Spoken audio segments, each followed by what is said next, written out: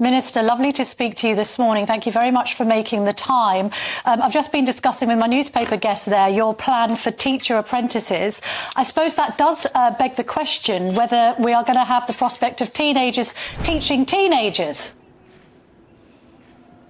Well, I mean, we already have work placements going in to do the work placements at various age, but no, that's not the intention. About 70% of all the occupations in this country now you can access through an apprenticeship scheme. So we have completely revolutionised apprenticeships in this country, and they're also available to people of all ages. So if you want to be a space engineer or an accountant or a medical doctor, almost any job you can think of, you can now do it via an apprenticeship.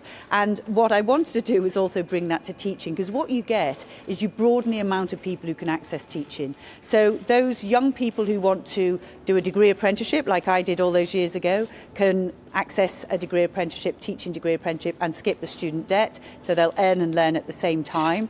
But also for older people who may decide, you know what, this is a fantastic second career, I can give something back. Or there's we've got 59,000 more teaching assistants than we had in 2010. Some of them would make fantastic teachers. So we just want to make the routes into the profession easier for them and more supportive if you need to earn and as well at the same time as you're learning. Although presumably these teaching apprentices will have to have studied maths to 18, because Rishi Sunak is expecting children to study maths to 18. Well, they will be studying Maths to 18 in the future, but the teaching degree apprenticeship, which will start in September 2025 with people taking it, that has a lot of subject expertise. So we've worked with all the institutes, you know, with maths, with physics, with science, and all of the societies, the expert groups, to make sure that we have enough of the subject matter in there, because that's one of the things you need to do. Have the subject matter, but also have the pedagogy, have the ability to know how and what to learn in what stages. But they might not be what they've all been working on. But they might not be the mathematicians that Rishi Sunak is hoping for in the classroom.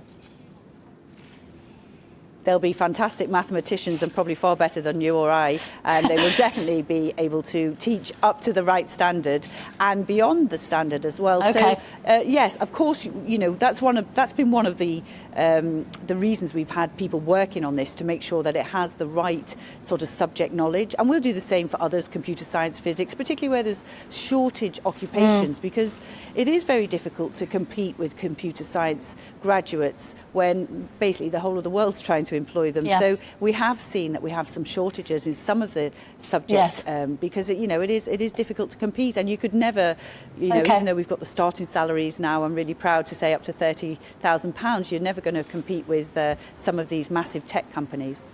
Can I put a quick question to you from our People's panellist, who asked, why don't we teach personal finance in schools?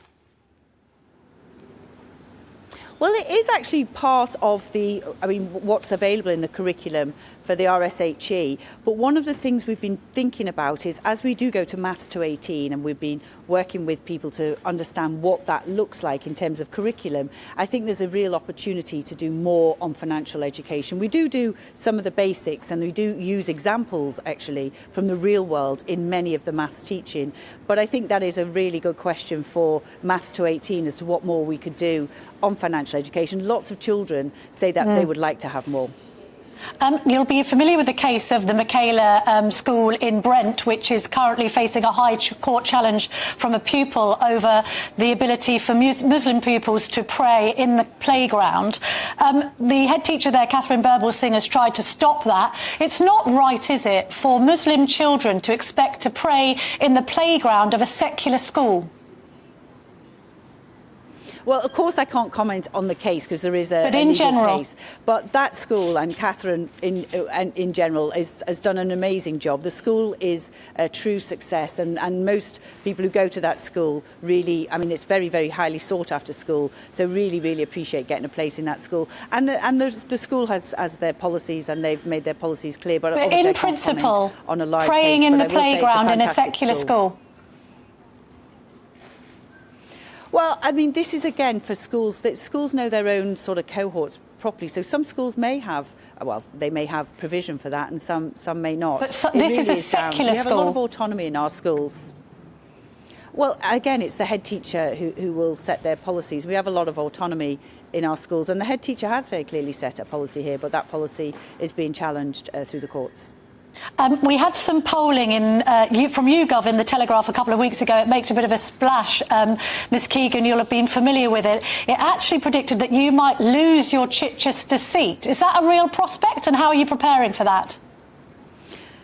You can never, ever take the electorate for granted. I always prepare. I go out every Saturday. I took a leaf out of Theresa May's book and go out on a Saturday, meet people. Actually, it keeps you super grounded. You get to know what they think about national issues and also local issues. And it's actually a part of the job that I actually love. I also did a pub tour, which I do. I've done quite often, but I've reintroduced them because we had some security concerns about them. But I did one on Friday night. And again, it was just lovely to say to everybody, if you want to discuss politics, if you want to have a pie and a pint at the same time, just come down, ask me anything. So you're confident you can win that seat? Lots and lots of insights from people.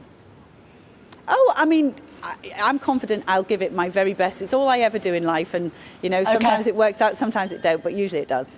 All right. Thank you very much, Gillian Keegan, for joining us this morning. Lovely to speak to you.